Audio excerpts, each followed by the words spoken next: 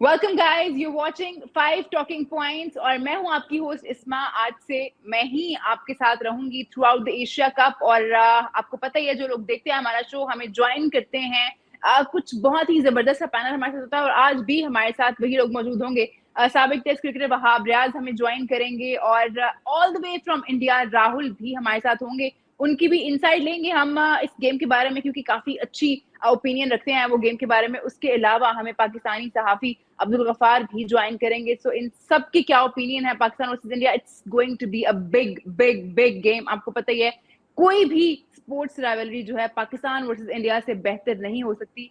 चलिए स्टार्ट करते हैं। हमें ज्वाइन किया है वहाब रियाज ने, अब्दुल गफार और all the way from India Rahul है हमारे साथ। वहाब से शुरुआत करना चाहूंगी मैं। वहाब, लास्ट टाइम हमने देखा पाकिस्तान वर्सेस इंडिया, पाकिस्तान ने पहले बॉलिंग की, हमें अर्ली 4 विकेट्स तो मिली। अच्छा खैर, मुझे लगता है पहले मैं रिजर्व डे पे चली जाऊं। ये डिटेल एनालिसिस हम बाद में लेते हैं। रिजर्व डे की बात हो रही है पाकिस्तान वर्सेस इंडिया गेम में। एक रिजर्व डे रखा गया है, बाकी टीम्स के साथ ज्यादती नहीं है ये? क्या वो सगे नहीं है एशिया के?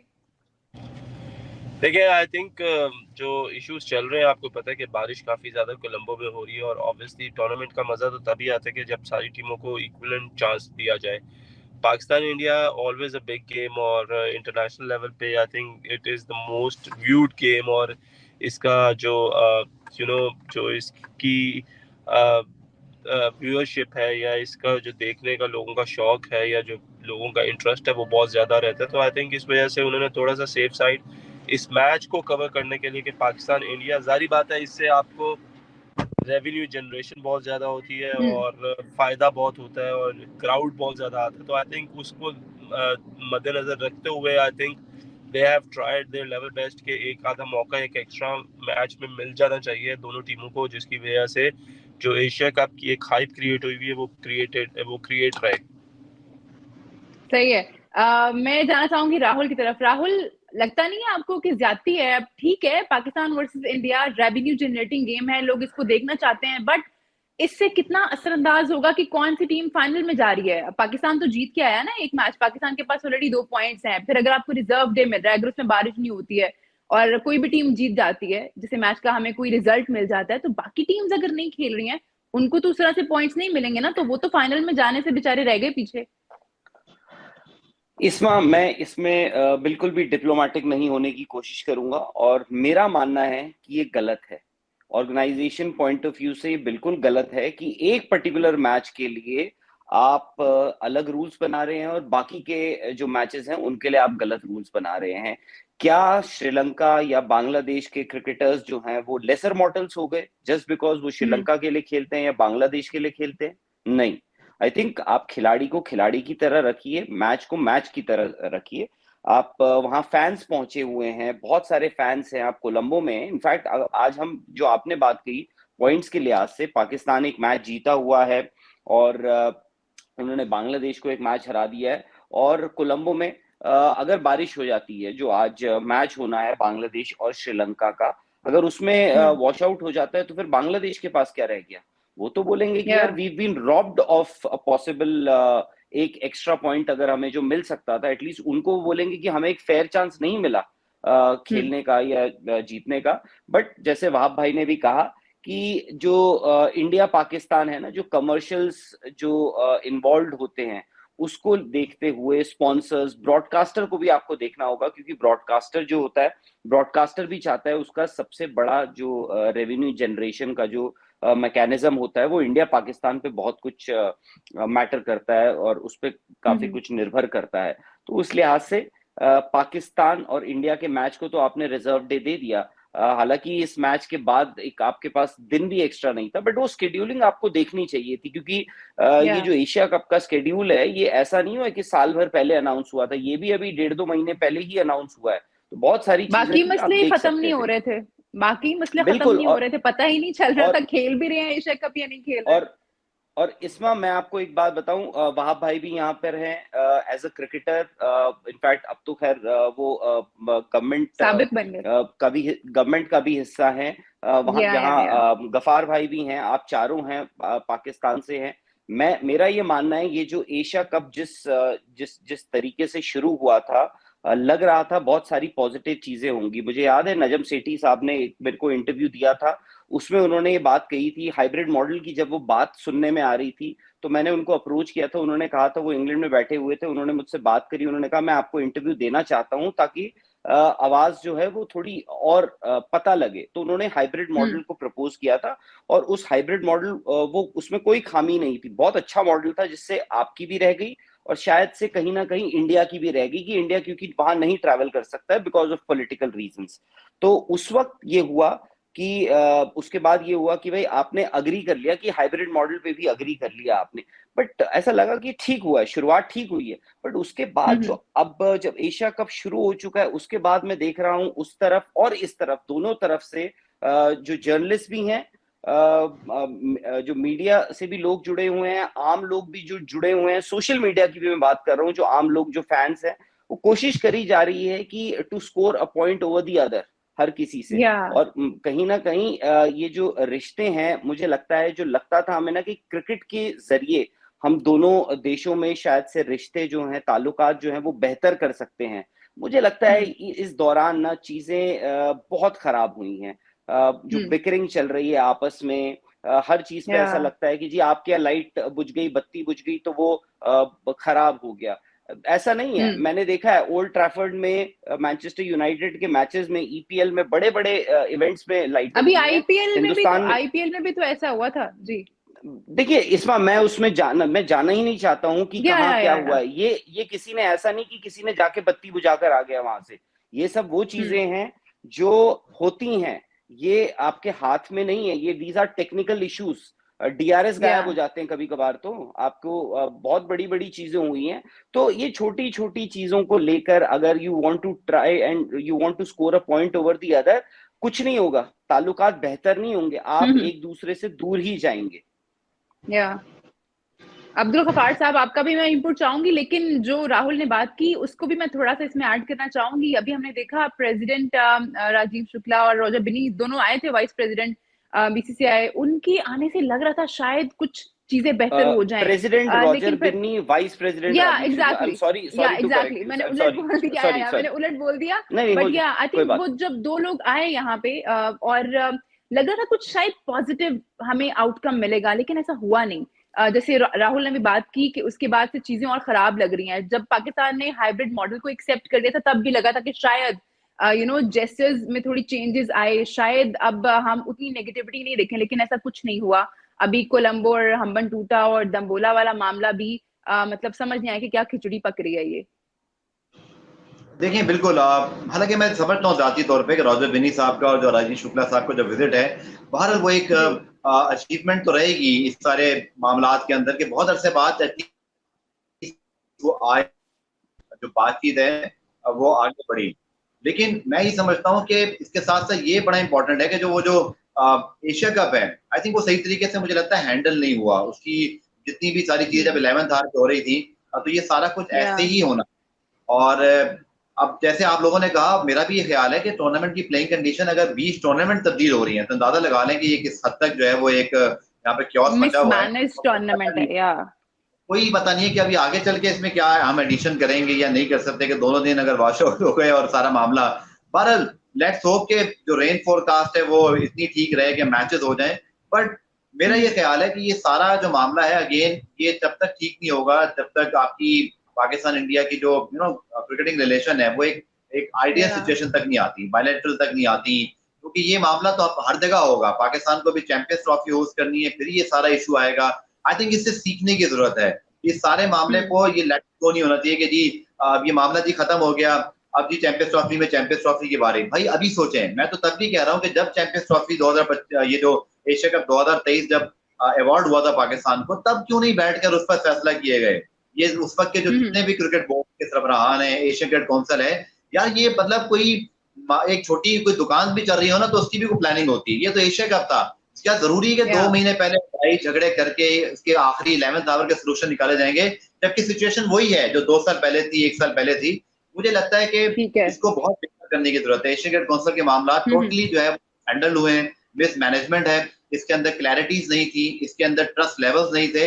और अगर ये हमने इससे सबक ना सीखा तो आईसीसी को भी कल चैंपियंस ट्रॉफी 2025 में सेम सिचुएशन का सामना करना पड़ेगा, क्योंकि पाकिस्तान तो भारत जाने को तैयार है, लेकिन अगर आप भारत की जानिब से अब तक की जो चीजें देखें तो मुझे तो नहीं लगता कि वो चैंपियंस ट्रॉफी 2025 में भी सूरत हाल जो है वो कोई तब्दील हो जाएगी, अनलेस के कोई इलेक्शन होते हैं, कोई गवर्नमेंट जो है वो तब्दील होती है। खैर वो टाइम अभी दूर है। 2025 में भी इसी तरह उलझेगा।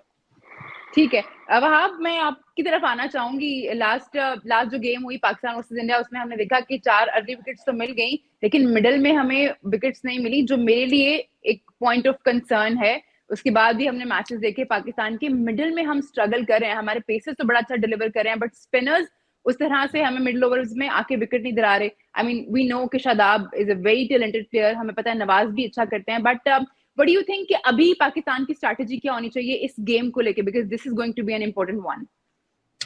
देखिए इस पे हमारी पहले भी बात हुई थी, लास्ट शो में भी हमने बात की थी, क्योंकि अब इंडिया को जो एक डिसएडवांटेज टाइप आप कह सकते हैं, या जो उनको थोड़ा सा एक हिचकिचाहट थी कि उन्होंने इस पाकिस्तान के पेस बैटरी को वनडे क्रिकेट में नहीं खेला था, वो लास्ट मैच में उन्होंने खेला। और ऑब्वियसली हम लोग ये एक्सपेक्ट कर रहे थे कि इंडियन टॉप ऑर्डर जो है वो ऊपर से सारा कंट्रोल करेगा, लेकिन देखा जाए तो टोटली डिफरेंट सिचुएशन थी। हम लोग कामयाब हो गए ओपनर्स को जल्दी आउट करने में, लेकिन मिडल ऑर्डर ने अपना टाइम लिया, और उसमें ईशान किशन और इशर सईद हार्दिक भी पांड्या थोड़ा सा खेला है, लेकिन हार्दिक पांड्या ने तो एक Yeah. अच्छी इनिंग्स खेली, लेकिन वो भी जितना खेले हैं वो बहुत कंपेटिटिव और बहुत कॉम्प्रिहेंसिवली उन्होंने पाकिस्तान पेस अटैक को जो है उन्होंने हैंडल किया। और स्पेसिफिकली देखिए ये इशू तो पाकिस्तान टीम में काफी अरसे से है कि जो मिडिल ऑर्डर में है, एट टाइम्स जितने भी मैचेस हमने देखा है जो जिनमें हम लोगों ने स्ट्रगल किया, हमारे मिडिल ऑर्डर्स में विकेट्स नहीं ले सके हम। अगर अभी भी आप पूरा तो डू यू रेकन हमें 5 पेसर्स के साथ जाना चाहिए?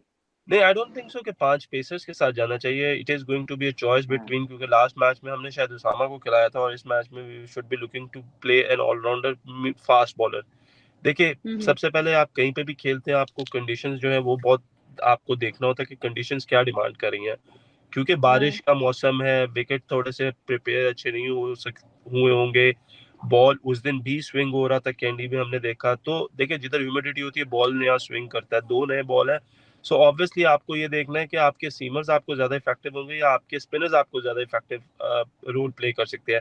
ऑब्वियसली देखिए ये एक बहुत बड़ी जिम्मेदारी होगी, क्योंकि शाहीन और नसीम देखिए जो आपके स्ट्राइक बॉलर्स होते हैं, अगर इंडिया उनको सी ऑफ कर भी लेता है, देन इट कम्स टू के हारिस रऊफ के ऊपर प्रेशर ज्यादा होता है, but with Haris Rauf you also need somebody who can also put a pressure, but he is also wicket taking bowler.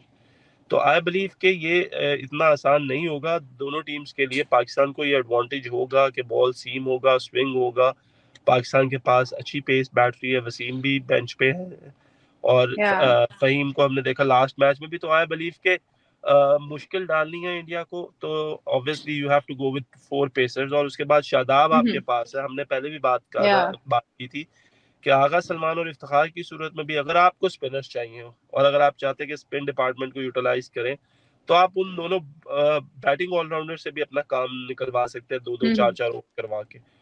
तो मैं अगर हूँ तो I will go for with 4 pacers. यही गलती हम लोगों ने मेलबर्न में की थी इंडिया के अगेंस्ट, बॉल बहुत ज्यादा स्विंग हो रहा था, बारिश हुई थी, उधर हमने 4 पेसर्स नहीं खिलाए, उसके बाद हम पूरे कंपटीशन में 4 पेसर्स खिलाते रहे, और उसका हमें फायदा ये हुआ कि हम फाइनल खेले। सो आई थिंक इस मैच में भी Pakistan has to be a little bit more proactive, और उनको चौथे पेसर के साथ जरूर जाना चाहिए in the shape of Fahim Ashraf. ठीक है राहुल, आपकी चॉइस क्या होंगे? हमें पता चला है कि राहुल जो है वो पहुंच गए हैं श्रीलंका, और बताया भी गया था कि पहले 2 मैचेस के लिए तो अवेलेबल नहीं है वो टीम को, लेकिन अगले मैचेस में शायद वो टीम का हिस्सा होंगे। सो अगर आपको चूज करना हो, सो आप किसको चूज करेंगे? ईशान किशन, हमें पता है कि उन्होंने बहुत ही जबरदस्त परफॉर्म किया अगेंस्ट पाकिस्तान, वो भी तब जब इतना प्रेशर बना हुआ था। सो आपको अगर चूज करना हो तो आपके लिए फर्स्ट प्रायोरिटी कौन होंगे विकेट कीपर बैटर के तौर पर, ईशान किशन या केएल राहुल? इसमें फिलहाल क्योंकि जो आपने बात बताई है, जिस हिसाब से ईशान किशन ने अंडर प्रेशर वो जो 82 रन 82 बनाए थे पाकिस्तान के against, I think just on the basis of that knock Ishan Kishan जो है वो परसों का या जो मैच होना है इंडिया पाकिस्तान का अगला, वो खेलेंगे ही खेलेंगे। सवाल अब ये हो जाता है कि श्रेयस अय्यर और केएल राहुल, इन दोनों में टॉस अप हो सकता है कि इन दोनों में से कौन खेलेगा। अब दिक्कत इंडिया को ये है कि दोनों के पास बहुत ज्यादा गेम टाइम नहीं है। अगर आप पीछे देखें, केएल राहुल के पास तो बिल्कुल ही नहीं है, क्योंकि वो सीधे इंजरी से आ रहे हैं। और एज वी स्पीक आपको ये भी बता दें कि उनका जो कवर था, यानी रिजर्व जो उनके साथ ट्रैवलिंग रिजर्व थे, संजू सैमसन, वो वापस जा चुके हैं हिंदुस्तान, वो या आ चुके हैं वापस श्रीलंका से। तो अब सवाल ये होता है कि आप श्रेयस अय्यर को खिलाएंगे या केएल राहुल को खिलाएंगे। तो मेरा मानना ये है कि फिलहाल राहुल द्रविड़, रोहित शर्मा जो टीम मैनेजमेंट है, हो सकता है वो श्रेयस अय्यर के साथ कंटिन्यू करे, क्योंकि क्या होता है कि इनसिक्योरिटीज आ जाती हैं प्लेयर्स में। क्योंकि श्रेयस अय्यर ने भी आफ्टर ऑल एक ही मैच खेला इंजरी से आने के बाद। तो अभी तक हम ये कह रहे थे जी एक दिन केएल राहुल और श्रेयस अय्यर आएंगे, इंजरी से आएंगे। तो अब वो दोनों आ गए हैं, दोनों अवेलेबल हैं। श्रेयस अय्यर जो हैं वो एक मैच खेला हुआ है उन्हें, और उस मैच में सारा पूरा का जो आपका टॉप ऑर्डर था वो पूरा फेल हुआ था। फिर चाहे वो रोहित शर्मा हो, शुभमन गिल हो, विराट कोहली हो, श्रेयस अय्यर भी हो गए। तो क्या आप श्रेयस अय्यर को उस नॉक की वजह से जज करेंगे जिसमें किसी भी टॉप ऑर्डर के रन नहीं आए थे, और सीधे केएल राहुल को ड्राफ्ट कर देंगे, या फिर आप कहेंगे कि श्रेयस अय्यर आप एक मैच और खेलिए? तो मेरा मानना यह है कि जो 11 पहले मैच में पाकिस्तान के साथ खेली थी, वही 11 दोबारा आपको इस मैच में दिखेगी। अब्दुल गफ्फार साहब, आपकी तरफ आना चाहूंगी। व्हाट डू यू थिंक इस सिचुएशन में, जब हमें पता है कि बारिश तो होगी ही होगी, इंटरप्शन तो होगी ही होगी, कोई भी कैप्टन अगर टॉस जीता है, मैं पाकिस्तान के पॉइंट ऑफ व्यू से बात करना चाहूंगी, अगर बाबर आजम टॉस जीते हैं, व्हाट डू यू थिंक उनको किस चीज के लिए जाना चाहिए, बैटिंग या बॉलिंग? देखिए, मुझे तो लगता है कि सबसे पहले तो शायद आपको 24 घंटे पहले जब टीम अनाउंस करते हो, जो अच्छी बात है कि अगर आप क्लैरिटी है, लेकिन इस केस में आपको ना सोचना पड़ेगा, क्योंकि जो वेदर फोरकास्ट है बड़ी इंडिफरेंट है। मैं 2-3 मुख्तलिफ वेबसाइट देख रहा हूँ। एक हमारे दोस्त ने जाके इंटरव्यू भी किया मेट ऑफिस का, मैं वो भी देख रहा था श्रीलंका में, कोलंबो में। They are predicting different variation. कोई कह रहा है जी सुबह बहुत बारिश है मैच वाले दिन, दोपहर में कम है और फिर शाम में हो जाएगी। एंड डोंट फॉरगेट कि यहाँ पर अब वो भी नहीं है कि आपको मैच आज ही खेलना है। ये भी हो सकता है कि जैसे 2019 के वर्ल्ड कप में हुआ कि आपकी एक इनिंग शायद कंप्लीट हो या कल जाके कंप्लीट हो, और आप फिर डे में ही चेस कर रहे हो, डे टाइम में आपको चेस भी करना पड़े। तो शायद दोनों तरफ तैयार रहना पड़ेगा, कप्तानों के लिए या मैनेजमेंट के लिए। आई थिंक ये कोई आसान सिचुएशन नहीं है, बट आप अपनी स्ट्रेंथ पर ही जाते हो। जैसे वहाब भाई ने बिल्कुल ठीक एक्सप्लेन किया कि आपने माजी के तजर्बात से सबक सीखना ही चाहिए। हमने बहुत बड़ा एक ब्लंडर किया था मेलबर्न में, जहां हम एक बॉलर शॉट थे, फिर हमने देखा कि नवाज 20 ओवर कर रहे थे, आई थिंक 15-16 रन थे, शायद बॉलर के लिए आसान होता है, लेकिन हमने नवाज को मजबूरी में आखिरी ओवर करवाया, जो एक एडवांटेज बना ओपोनेंट टीम के लिए, क्योंकि वो आसान हो जाता है मैनेज करना जब आप एशियन टीम के खिलाफ खेल रहे हो। आई थिंक हमें अपनी स्ट्रेंथ पे ही रहना चाहिए। ये बहुत आई थिंक दोनों टीमों के लिए बड़ी एक डिफिकल्ट, या एक कह रहे हैं कि एक बड़ी चैलेंजिंग किस्म की सिचुएशन है, क्योंकि आप वेदर को ज्यादा प्रेडिक्ट या उस पर रिलाई भी नहीं कर सकते। यू नेवर नो कि 50 ओवर की क्रिकेट आप कंप्लीट करोगे, या जैसे 2019 में अचानक जब हमने देखा कि जब इंडिया को जब नया बॉल फेस करना पड़ा, तो बहुत ही चैलेंजिंग और ओवरकास्ट कंडीशन थी, जिसका इंडिया को बहुत नुकसान हुआ, और उस कंडीशन का न्यूजीलैंड ने पूरा फायदा उठाया और फिर रिकवरी हो ही नहीं पाई शायद। तो आई थिंक दोनों टीमें, मुझे लगता है कि जो भारत ने आई थिंक जो सिचुएशन उस दिन देखी थी और बैटिंग की थी, मुझे लगता है कि शायद पाकिस्तान भी यही करेगा कि आप जो है ना वो रन ऑन द बोर्ड करो, आप कहीं ना कहीं ये चीज फैक्टर रखें, क्योंकि अगर तो उस दिन आपकी बारिश हो रही हो और आपको जो ना डीआरएस पे जाना पड़े कि जी आखिर में आपको डीएल मेथड के तहत शायद 20 ओवर में कुछ चेस करना पड़ रहा हो, या 25 ओवर्स में, बट यहाँ तो आपको पूरा दिन मिल रहा है, आप पूरा रन चेस भी जाओगे। तो आई थिंक ये डिफिकल्ट सिचुएशन है, बहुत कम ही ऐसा होता है, और शायद मुझे लगता है कि दोनों टीमें टॉस पर ही इसका फैसला करेंगी। और जो हम आप उससे पूछ लीजिए, शायद अभी तक तो भी शायद इतना डिसाइड ना किया हो। नॉर्मल सिचुएशन में तो bat first is a good option when you have a good condition. Wahab, आपकी तरफ आना चाहूंगी मैं। व्हाट डू यू थिंक, हम जो गफ्फार ने बात की बहुत अच्छी बात है। वी नो कि पाकिस्तान टीम बहुत कॉन्फिडेंट है, दे आर फुली प्रिपेयर्ड, उनको पता है कि उनको क्या करना है, उनकी प्लेइंग 11 क्या है। अच्छा मूव है कि आप एक रात पहले ही बता देते हैं कि हम ये 11 हैं जो हम ग्राउंड में उतारने वाले हैं। ऑपोजिशन पे इससे शायद माइंडसेट ये है कि थोड़ा प्रेशर बनाना है, ये बताना है कि हम फुली प्रिपेयर्ड आ रहे हैं। बट कितना इंपॉर्टेंट होगा इस सिचुएशन में कि आप पहले असेस करें कि कंडीशंस क्या हैं, और आप जो आपने एक रवायत बनाई है कि आपको पहले से ही बताना है कि प्लेइंग 11 क्या है, आप उस पर थोड़ा थोड़ा ब्रेक लगाएं और आप कंडीशंस देखें पहले और उसके बाद डिसाइड करें। इसमें कंडीशंस में कोई खास फर्क तो आएगा नहीं। द ओनली थिंग इज बारिश ज्यादा होती है, बारिश कम होती है। तो प्रोबेबली यू शुड नो कि जब भी बारिश होती है बॉल गीला होता है तो बॉल स्विंग नहीं होता, बॉल थोड़ा सा फूल जाता है। जब वो फूल जाता है तो उसके बाद ब्रेक भी नहीं आपको मिलता उस तरीके से। सो मोस्टली आप क्या करते हैं जब बॉल गीला होता है या कंडीशंस ऐसी होती हैं, आप क्रॉस द सीम बॉलिंग शुरू कर देते हैं। सो दैट मीन्स कि आपको 4 पेसर्स के साथ तो जाना ही जाना है। उसमें आप ये सोच ही नहीं सकते कि हम 3 पेसर्स और बाकी स्पिनर्स के साथ चले जाएं। You have to go with the fourth pacer. सो अब सिर्फ ये देखना होगा, क्योंकि इंडिया के अगेंस्ट पहले मैच में 3 पेसर्स खेले थे, तो क्या इस मैच में भी 3 पेसर्स खेलेंगे या इस मैच में Pakistan will go with the same combination as they played against Bangladesh. Bangladesh या ये अब हमें देखना पड़ेगा कि पाकिस्तान अपनी जो है क्या करता है। आई थिंक अब लाहौर में हमें पता है कि बॉल ज्यादा सीम और स्विंग नहीं होता, लेकिन स्टिल आई थिंक हम लोगों ने बॉलिंग बहुत अच्छी की हमारे पेसर्स ने, तो आई थिंक वो जो कॉम्बिनेशन है पाकिस्तान टीम को उसी को लेके आगे चलना चाहिए, वेयर दे न्यू के ये क्या कहते हैं हम 4 पेसर्स के साथ। और मेरा नहीं ख्याल कि इंडिया के लिए भी ये सरप्राइज होगा आफ्टर द फर्स्ट गेम कि यहाँ पे एक आधा पेसर और होना चाहिए था। इसकी कमी पाकिस्तान ने भी महसूस की होगी और इंडियन बैटिंग लाइनअप ने भी उसका एडवांटेज लिया, जिधर उन्होंने हमारे स्पिनर्स को बहुत अच्छा खेला और मैच को निकाल के लेके गए वो। सो आई थिंक फॉर मी कोई खास फर्क नहीं पड़ेगा कंडीशंस की वजह से। 4 पेसर्स शुड डेफिनेटली प्ले। ठीक है, एक और छोटा सा कमेंट चाहूंगी आपका, टॉस के बारे में आपका क्या ख्याल है? अगर टॉस जीतते हैं तो क्या करना चाहिए टीम पाकिस्तान को, they want to win the game? कोई भी टीम होगी they will try to bowl first. उसकी वजह ये है कि जब सो यू नो यू होती है have the you are idea not, कि हाँ जी, yes. Because you are not sure कि कितनी देर के लिए मैच रुकेगा। जिस तरह हम पहला मैच भी देखें तो 10-12 ओवर हुए थे या 8-10 ओवर हुए थे, बारिश हुई तो मैच रुक गया था, फिर एक दफा दोबारा से रुक गया।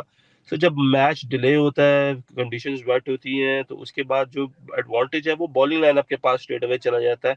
और इवेंचुअली अगर देखें कि अगर किसी टीम को स्टार्ट भी बहुत अच्छा मिल गया है और वो स्टार्ट लेके वो खेल भी चुके हैं, तो उसके बाद they still have a chance कि जिधर अगर ओवर्स कम हो जाते हैं तो वो 15-20 ओवरों के मैच में they will have a target कि यार 20 ओवरों में अगर उन्हें 200 भी करना तो it's gonna be a T20 game, you will have 10 wickets in your hand.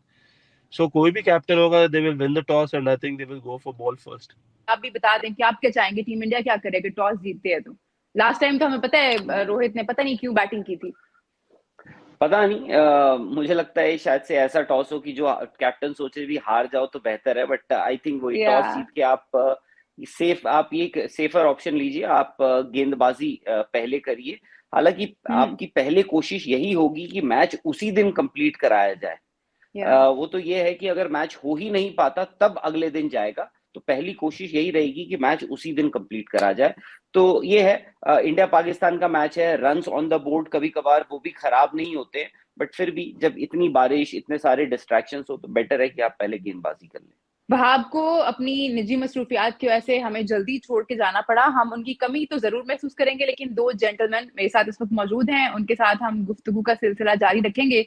Rahul, Jasprit Bumrah के बारे में मैं बात करना चाहूंगी। इंडिया में जाहिर है बहुत बात हुई उनकी, पाकिस्तान में भी हम लोग बहुत बात करते हैं, उनकी कमी महसूस की जब वो क्रिकेट से दूर थे।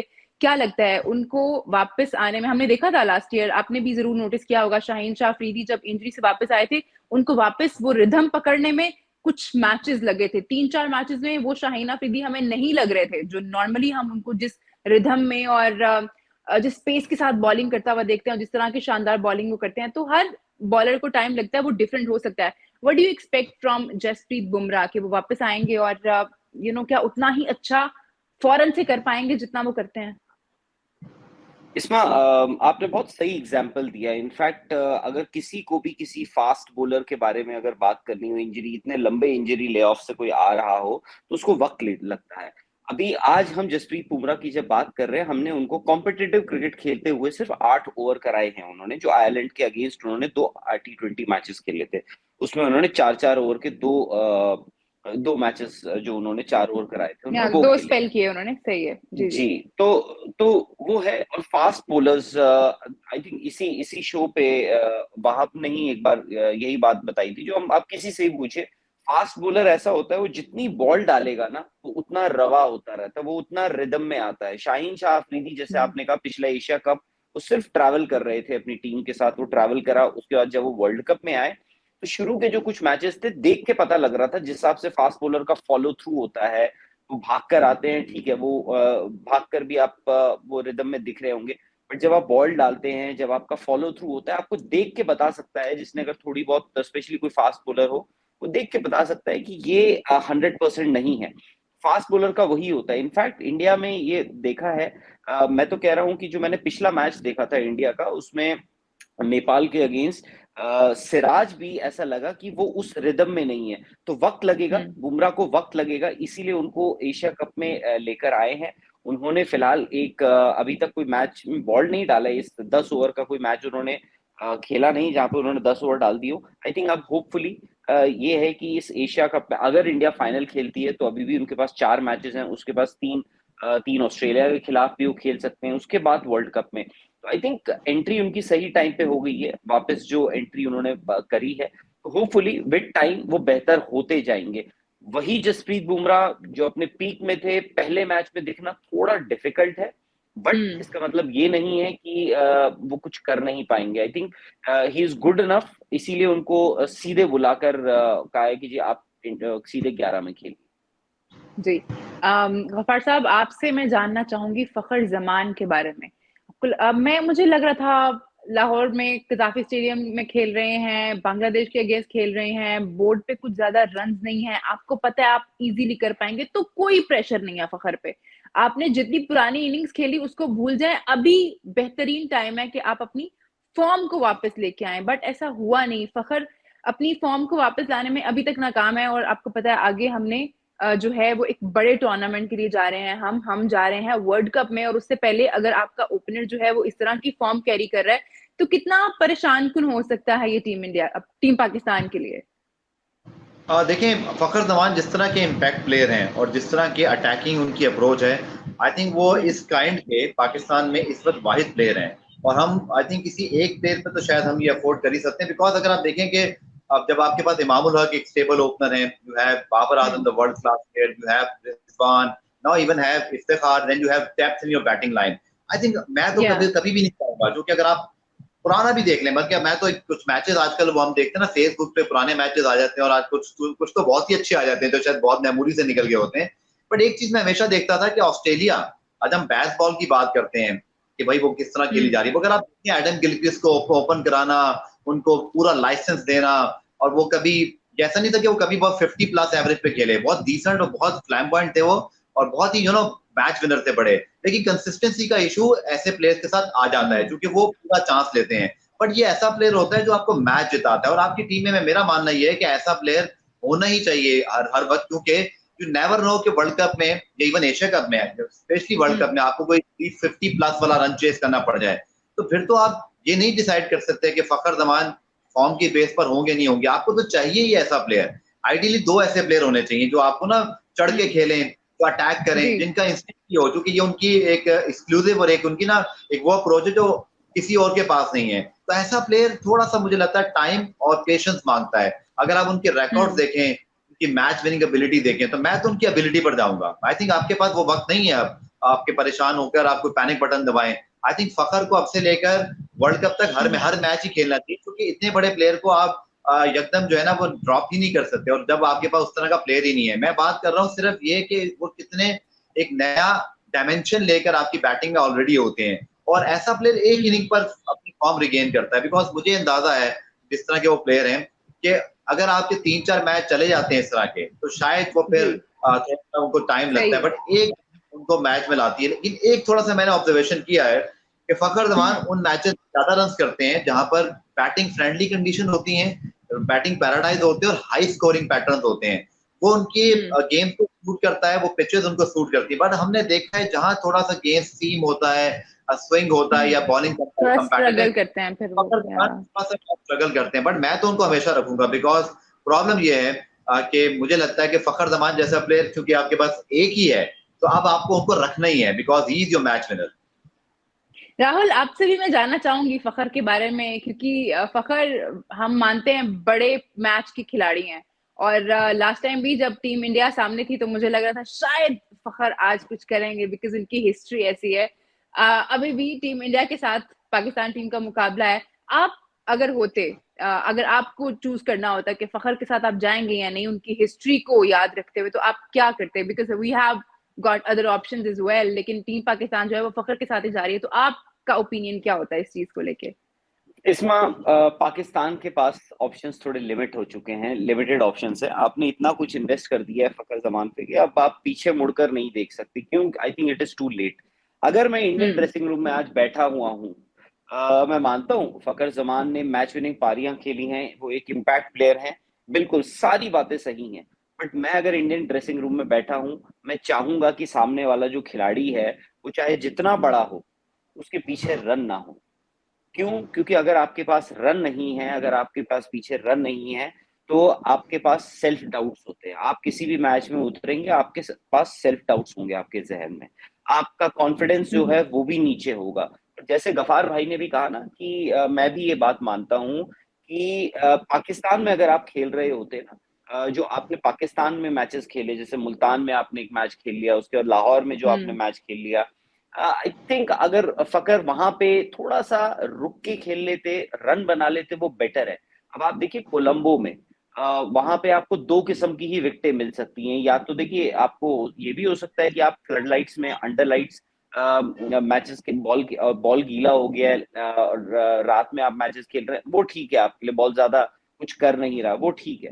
बट क्या होता है, विकेट का पेस भी बहुत मैटर करता है, क्योंकि फकर जमान एक स्ट्रोक प्लेयर है, उनको पसंद है कि बॉल उनके बल्ले पे आए, ठीक है।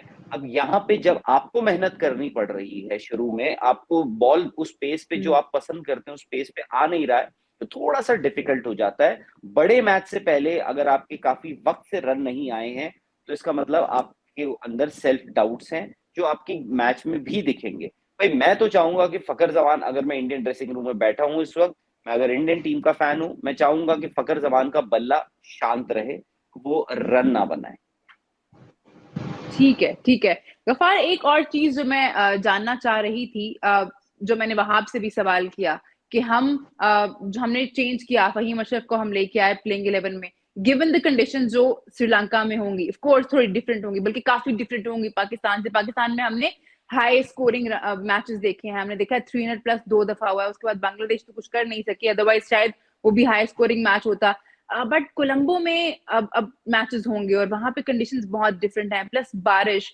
आप क्या करेंगे? आप वही कॉम्बिनेशन रखेंगे या आप थोड़ा चेंज करेंगे उसको, जो पहले हमने इंडिया के अगेंस्ट खिलाया?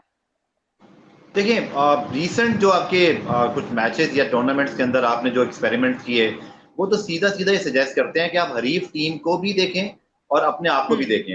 आई थिंक हमने मैच में भी ये देखा, हमने अब पहले मैच में भी देखा कि अगर हमारे पास पेस बॉलर अच्छे हैं और हमारा वो कॉम्बिनेशन या वो हमारे लिए एक जो भारत को देखते हुए वो चीज वर्क कर सकती है। और फिर दूसरा, आई थिंक ये अच्छी बात है कि पाकिस्तान ब्लेस्ड कि हमारे पास शादाब नवाज तो हैं, लेकिन हमारे पास फहीम अशरफ का भी एक ऑप्शन है। और आपकी, अब जैसे आई थिंक राहुल भी एग्री करेंगे, सारी टीमें भी चाहती हैं कि उनका 8वां 9वां प्लेयर जो है वो सिर्फ जेन्युइन बॉलर ना हो।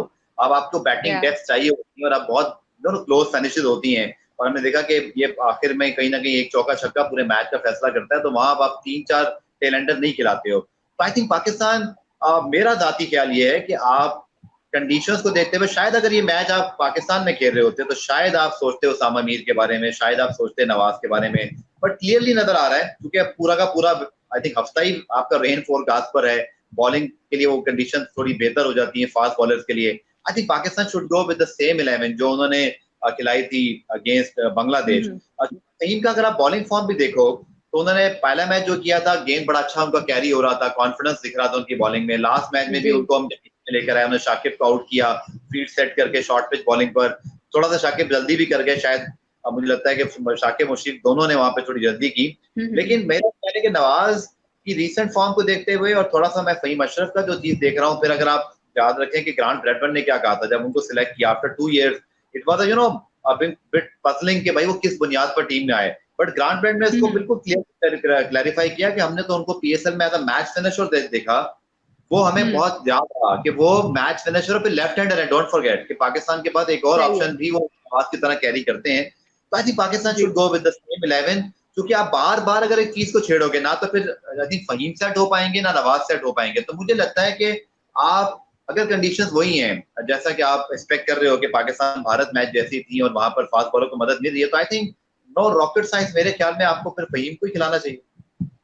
राहुल, एक आखिरी सवाल आपसे पूछना चाहूंगी। पाकिस्तान के अगेंस्ट इंडियन जो टॉप ऑर्डर है, क्या लगता है आपको, क्या डिफरेंट स्ट्रैटेजी उनको अपनानी चाहिए? बिकॉज हमने देखा पहले मैच में काफी डरे हुए लगे, दे वर अनलाइक देम। हमने उनको देखा है, हमें पता है उनकी एबिलिटीज क्या है, उनकी काबिलियत क्या है, वो उस तरह से दिखे नहीं। तो एक विक्रांत भाई से मेरी रिसेंटली बात हो रही थी, तो वो भी ये कह रहे थे कि एक हवा है पाकिस्तान के बॉलर्स का इंडियन बैटर्स पे, टॉप ऑर्डर पे स्पेशली, सो उसको कम करने के लिए व्हाट डू यू सजेस्ट? देखिए, रोज रोज ऐसा होगा नहीं कि रोहित शर्मा, शुभमन गिल और विराट कोहली जिस तरीके से खेला उन्होंने, रोज रोज वो वैसे ही आउट होंगे।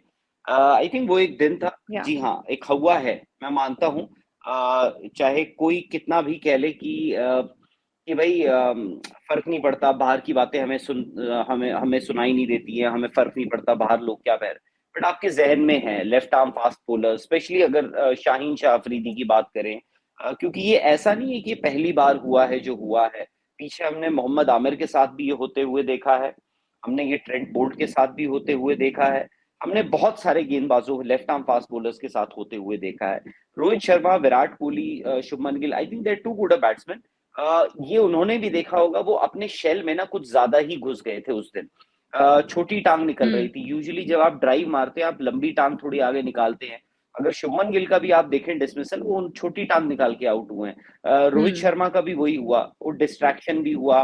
तो आप ना इधर के थे, आपकी सोच जो थी वो डिवाइडेड थी, आपकी सोच थी सर्वाइवल की, आप सर्वाइव करने की चाह रहे थे उस वक्त। अगर आप उस वक्त, अब ये है कि मैं ये नहीं बोलूंगा कि वो गलत थी, व्हाट इफ अगर आपने सर्वाइव कर लिया होता वो पीरियड, तो उसमें ये होता कि भाई आप, क्योंकि जैसे अभी हम बात भी कर रहे थे, आपके मिडिल ओवर्स जो हैं, जो वहां जहाँ पे शादाब, नवाज, उस मैच में जैसे ये लोग थे, आप उस पर कैपिटलाइज कर सकते थे। तो वो है, बट आई थिंक थोड़ा सा आपको प्रोएक्टिव होना पड़ेगा। आपको ये भी मानना पड़ेगा, मैं मानता हूँ शाहीन शाह अफरीदी आज की डेट में दुनिया के सबसे अच्छे गेंदबाजों में है, पर ये जो बल्लेबाज हैं ये भी मौजूदा मॉडर्न डे क्रिकेट में, व्हाइट बॉल क्रिकेट में सबसे अच्छे बल्लेबाजों में से हैं।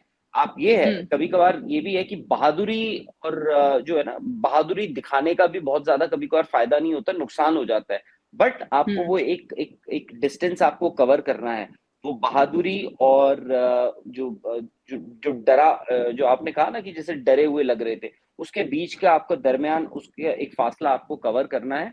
आपको वो देखना है, मेरिट पे भी खेलिए। ऐसा नहीं कि आप जो बॉल नहीं भी आ रही है आप उनको भी डिफेंड कर रहे हैं, हाफ बॉल ही आए आप उनको भी डिफेंड कर लो। तो they, I think they are to good batsman जितने भी हैं ये, जो उन्होंने भी सोचा होगा, उनको भी पता होगा कि हमने क्या करना है।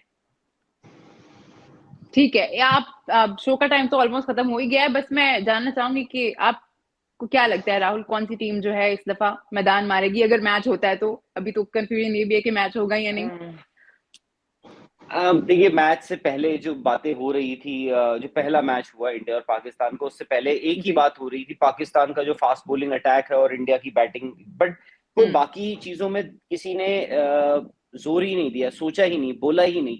आफ्टर ऑल देखिए, इंडिया का भी एक पेस अटैक है जिसमें जसप्रीत बुमराह है, वो भी किसी से कम नहीं है, मोहम्मद शमी है जो दोनों तरफ बॉल लेकर आ सकते हैं, अंदर बाहर दोनों तरफ। उसके बाद आपके मोहम्मद सिराज भी हैं जिन्होंने पिछले 2 साल में बहुत इंप्रूव किया। मेरा मानना है कि पिछला मैच अगर आप हटा दें, वो इंडिया के बेस्ट फास्ट बॉलर्स में से हैं उस आज, वो है। उसके बाद आपके कुलदीप यादव है। तो आपका जो बॉलिंग अटैक है, पाकिस्तान का एक पेस अटैक है, इंडिया के पास एक बॉलिंग अटैक है जिसमें कुलदीप यादव भी है, एक विकेट टेकिंग ऑप्शन है, प्लस आपका जो बैटिंग लाइनअप है इंडिया का, अगर वो सर्वाइव कर जाता है। पाकिस्तान ने एक चीज दिखाई है कि वो बाबर की कप्तानी की भी एक खामी आप कह सकते हैं कि मिडिल ओवर्स। देखिए, अगर आपने वो पीरियड, अगर आपने शुरू में विकेटें नहीं खोई इंडिया ने, तो जो बीच के ओवर्स हैं वहां पे पाकिस्तान विकेटें नहीं ले रहा है। और अगर आपकी विकेटें हाथ में रह गई अच्छी खासी, तो दुनिया का कितना भी अच्छा बॉलिंग अटैक हो इस्मा जी, एंड में, डेथ में आपकी पिटाई होगी ही होगी। ठीक है, गफार भाई आपको क्या लगता है, किस टीम के साथ जाना चाहेंगे? पाकिस्तान की जो ये टीम है अंडर बाबर आजम, इनकी जो मुझे सबसे अच्छी चीज लग रही है, जो बहुत अरसे बाद आई थिंक इसमें मैंने देखी है, और राहुल, कि ये एक बहुत कॉन्फिडेंट यूनिट है। इनके कप्तान 3-4 साल से कप्तानी कर रहे हैं। बाबर नोज के उनके बेस्ट बॉलर कौन है, उनका स्पिनर कौन है, उनके पास टॉप ऑर्डर में पाकिस्तान का टॉप 3। एक जो प्रॉब्लम थी भी कि मिडिल ऑर्डर में क्या होगा, आई थिंक इफ्तिखार ने वो बहुत हद तक उस चीज को आपको होप दिया। आई एम नॉट सेइंग कि वो सॉर्ट आउट कर दिया है। या मुझे इस टीम को देखते हुए कोई मतलब एक चीज तो मुझे लग रहा है कि ये इनका लिटमस टेस्ट जरूर है। जब आप भारत के खिलाफ खेलते हो थोड़ी सी अननोन टेरिटरी जरूर है। शायद आपने सिराज को ज्यादा नहीं खेला, आप बुमराह को बहुत अरसे बाद, इनफैक्ट 4 साल बाद तो हमारा वनडे मैच हो रहा है। आई थिंक प्रोफेशनलिज्म यहाँ पे मुझे ना चेक करना पड़ेगा कि आप प्रोफेशनलिज्म के तहत कितना अच्छा असेसमेंट करते हो कंडीशंस का, आप बॉलिंग कंडीशंस के साथ साथ बॉलर्स के ऊपर कितना होमवर्क कर आए हो और उसका एग्जीक्यूशन कैसे करते हो। अगर हमने अच्छा होमवर्क किया हुआ है, अगर हम थोड़ा सा भारतीय बॉलिंग लाइन को प्लान करते हैं, और आई थिंक एक फर्क जो है जो मुझे लगता है, और मैं बहुत खुश भी हूँ बाय द वे, इस पर राहुल शायद कमेंट भी कर सकते हैं, I am very happy to see के इस बॉलिंग अटैक में चाहल नहीं है। बिकॉज जो जेन्युइन स्पिनर्स हैं जैसे कुलदीप के साथ अगर चाहल होते तो ये पाकिस्तान को बहुत ना टेस्टिंग होती है और हमने देखा कि हमारे प्रॉब्लम करते फंस जाते हैं। तो आई एम वेरी हैप्पी कि आप लोग चाहल को लेकर नहीं आए और शायद वर्ल्ड कप में भी वो नहीं जा रहे, तो आई am very happy. But Kuldeep Yadav still a big threat for Pakistan because जिस तरह से वो गेम को फ्लाइट करते हैं, मुझे लगता है कि वो हर वक्त गेम में रहते हैं, कि वो विकेट के लिए जाते हैं। शादाब को ये चीज सीखने की जरूरत है बाय द वे, और फिर कप्तान को भी, कि किस तरह आपने अपने स्पिनर को अटैकिंग मोड में यूज करना है। अगर पाकिस्तान ने अच्छी तैयारी कर ली कुलदीप के लिए और हम थोड़ा सा और अच्छा भारत के बॉलिंग अटैक को कैलकुलेट करके आते हैं, दिस टीम इस बार मेरे ख्याल में इस टीम का जो एक माइंडसेट है वो बड़ा क्लियर है। ये बड़े कॉन्फिडेंट टीम है और भारत को अच्छा खासा जो है वो चैलेंज होगा, बट भारत के पास एक्सपीरियंस है, तो it will be a very interesting match to watch. Prediction करना बहुत मुश्किल है यहाँ पर कि कौन जीतेगा, but I am very happy के चाहल नहीं खेल रहे राहुल साहब। नहीं बिल्कुल गफार भाई, और देखिए वही बात है, शायद से वहां पे जो पाकिस्तान का बैलेंस है ना वो आ जाता है। फहीम अशरफ को आप ले आते हैं, इंडिया अगर आप यूजी चहल को भी अगर आप खिला देते तो बात वही है, आपकी टेल जो है नंबर 8 से शुरू हो जाती। मैं यूजी चहल का बहुत बड़ा फैन हूँ। आई थिंक वो, और रिस्ट स्पिनर की ये बात ही होती है, वो किसी दिन रनों के लिए भी जाएंगे बट वो आपको विकेटें लेकर देंगे। आपके पास कुलदीप यादव है, यूजी चहल तो माहिर हो चुके थे, मतलब वो डेथ में भी गेंदबाजी कर लेते थे। आप उनसे किसी भी वक्त पावर प्ले में बॉल डलवा लीजिए, बीच ओवर्स में बॉल डलवा लीजिए, तो वो यूजी चहल का वो हो गया था। और दूसरी चीज पाकिस्तान के साथ देखिए, एक तो बाबर आजम जिस हिसाब से कप्तानी कर रहे हैं ना टीम की, एज अ लीडर, कप्तानी एक सिर्फ बैच होता है, एक डेजिग्नेशन दी जाती है आपको कि आप इस टीम के कप्तान हैं, बट बाबर आजम उस डेजिग्नेशन के साथ उसकी, और लीडर जो होता है ना, लीडर कोई भी बन सकता है उस ग्रुप से, तो बाबर दोनों तरीके से एक लीडर भी हैं और एक कप्तान भी हैं उस टीम के, जिस हिसाब से उन्होंने इस टीम को एक साथ रखा है। सबसे अच्छी चीज ये है कि आपने ना बहुत ज्यादा फेरबदल नहीं करे अपनी टीम में, एक ही टीम है आपकी, काफी वक्त से खेल रही है, सबको एक दूसरे की खामी, सबको एक दूसरे की ताकत पता है, आपको ये पता है कि कैसे आप यूटिलाइज कर सकते हैं किसी का भी स्किल सेट, बाबर हो या कोई भी हो, बाबर हर किसी का जानते हैं कि कौन कहाँ किस वक्त क्या कर सकता है। बस वो है किसी दिन बस बैड डे जिसे बोलते हैं ना, वो ना आ जाए। अदरवाइज और पिछले मैच में आप देखिए, पाकिस्तान मॉरल विक्ट्री जरूर लेकर गया होगा पिछले मैच में, क्योंकि आप जिस चीज का हम बोल रहे थे ना, हुआ है, हुआ वही, आफ्टर ऑल हुआ वही, वो हवा जो है वो रियलिटी में तब्दील हो गया। आपका जो टॉप ऑर्डर था इंडिया का, आप भी इस पे कमेंट कर दीजिएगा। आई थिंक बड़ी टीमें इसलिए भी टेस्ट होती हैं, जो बड़े मैचेस आप देखो, कि कभी कभी आपको ना एक परफेक्ट स्टार्ट नहीं मिलता, बट आप कितने अच्छे कैप्टन हो, आपका पुल बैक करने की सलाहियत कैसी। जैसे स्पेशली मुझे 2011 सेमीफाइनल याद आ रहा है, जहां पाकिस्तान ने ऑलमोस्ट मैच पकड़ लिया था 250 लगभग आउट करके, 50 प्लस की आपकी ओपनिंग पार्टनरशिप, बट आपने कितनी सलाहियत है, आप कितने आपके अंदर प्लान बी एग्जीक्यूट करने की या बाउंस बैक करने की सलाहियत, ये पाकिस्तान की मैंने देखनी है। बिकॉज आपका पेस अटैक अभी बहुत अच्छा कर रहा है, तो आप मैच को लेके चलते हो, बट जहां पेस अटैक पे भी देखें, अगेन मैं इस बात से एग्री करता हूँ राहुल से कि विराट कोहली, रोहित शर्मा, या अगर आप बात करें ऑस्ट्रेलिया की, इंग्लैंड की, न्यूजीलैंड की, ऐसा नहीं कि शाहिन शाह अफरीदी या नसीम शाह के लिए हर मैच में 3 आउट करना आसान होगा। आपको कभी ऐसा भी होगा कि पहले 8 में 50-60 रन पड़ जाए, तब आप कैसे उठोगे, ये भाई एक देखने वाली चीज है। वही है, तैयारी आप हमेशा बुरे वक्त के लिए करते हैं, बाकी तो हो ही जाता है, बाकी तो बाबर आजम हर मैच में बना ही देंगे। आपको उस दिन की तैयारी करनी है जिस दिन बाबर आजम रन नहीं बनाएंगे, आपको उस दिन की तैयारी करनी है जिस दिन शाहीन शाह अफरीदी, नसीम शाह, हारिस रऊफ अगर फेल हो गए तो वो सब है। I think Pakistan moral victory लेकर गया है कहीं ना कहीं, बट इंडिया जो है पिछले मैच में एक मोमेंटम लेकर आया, इसीलिए मैं बोल रहा हूँ, मानता हूं मैं कि कंडीशंस, अगर उस दिन मैच कंप्लीट होता, कंडीशंस जो थी गेंदबाजी के लिए बहुत ज्यादा अच्छी नहीं होती जब इंडिया डिफेंड करता 260, बट वो है ना रन्स ऑन द बोर्ड, और इंडिया जब ब्रेक हुआ तो मोमेंटम लेकर गया ड्रेसिंग रूम में, और वही मोमेंटम हो सकता है वो, ऊपर से एक आधी विकेटें, आई थिंक मैच वो कहीं भी जा सकता था। इस वक्त फिलहाल 50-50 मैं कहूंगा, दोनों टीमें 50-50 पे स्टार्ट करेंगी। ठीक है, या मेरे लिए भी, मुझे भी यही लगता है कि you know it's new day, it's going to be a new game of course, और देखना पड़ेगा कि सबसे पहले तो हम सब मिलके दुआ करें कि बारिश नहीं हो और मैच कंप्लीट हो। रिजर्व डे रख लिया आप लोगों के लिए। उस दिन भी तो बारिश की जो है चांसेस हैं काफी। अब वो तो फिर अब ये है कि फाइनल तक फिर रिजर्व डे ही रखें, सीधे इंडिया पाकिस्तान को ही खिला देते हैं फाइनल। ठीक है, चलिए, सबको इसी मैच का, देखिए हम भी तो इसी मैच की बात कर रहे हैं ना, आज जैसे 2 मैच और हैं, एक मैच और है, बट सबकी नजरें उसी मैच पे, इंडिया और पाकिस्तान के मैच पे, तो वही बातें कर रहे हैं हम भी। खैर, बट पाकिस्तान को एक चीज है, पाकिस्तान में वो बोलते हैं ना, may be monkeys of their back, वो जो, क्योंकि उन्होंने इंडिया को अब आईसीसी टूर्नामेंट्स में भी हरा दिया। एक चीज है, इंडिया जब भी जीती है पाकिस्तान से हाल फिलहाल में, वन साइडेड जीती है, मतलब कॉन्टेस्ट जो है या हारी है, सॉरी, जब हारी है तो पता लग गया है कि रिजल्ट किस तरफ जा रहा है। पाकिस्तान को वो जो अभी गफार भाई भी कह रहे थे ना, पाकिस्तान को वो देखना होगा कि क्या कभी ऐसी सिचुएशन आ गई कि मैच क्लोज है, क्या पाकिस्तान वहां से मैच निकाल सकता है। आई थिंक तब बाबर जो है, आई थिंक ये टीम जो है, ये फाइनली जिस उस प्रेशर को एक परमानेंट तरीके से सोच सकती है कि हम हटा देंगे। सही है, बात तो आप सही कर रहे हैं, मैं तो अग्री करती हूँ आपकी इस बात से, क्योंकि हमने देखा है कि एक मोमेंटम बन जाता है मैच के शुरू में ही, तो आपको पता है कि आप किस डायरेक्शन में जा रहे हैं, तो चीजें आसान होती हैं। लेकिन मुश्किल तभी पेश आती है जब आप बीच राह में लड़खड़ा जाते हैं और आपको अब समझ नहीं आती क्या हो रहा है। थैंक यू सो मच आप दोनों का, आप दोनों को हम जरूर जहमत देंगे अगले प्रोग्राम में भी। बहुत ख्याल रखिए आप लोग अपना, इंशाल्लाह मिलते हैं।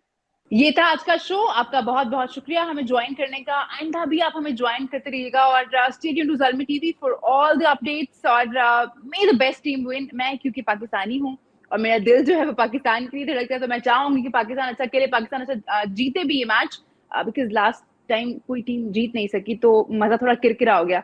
सो all the best to both the fans.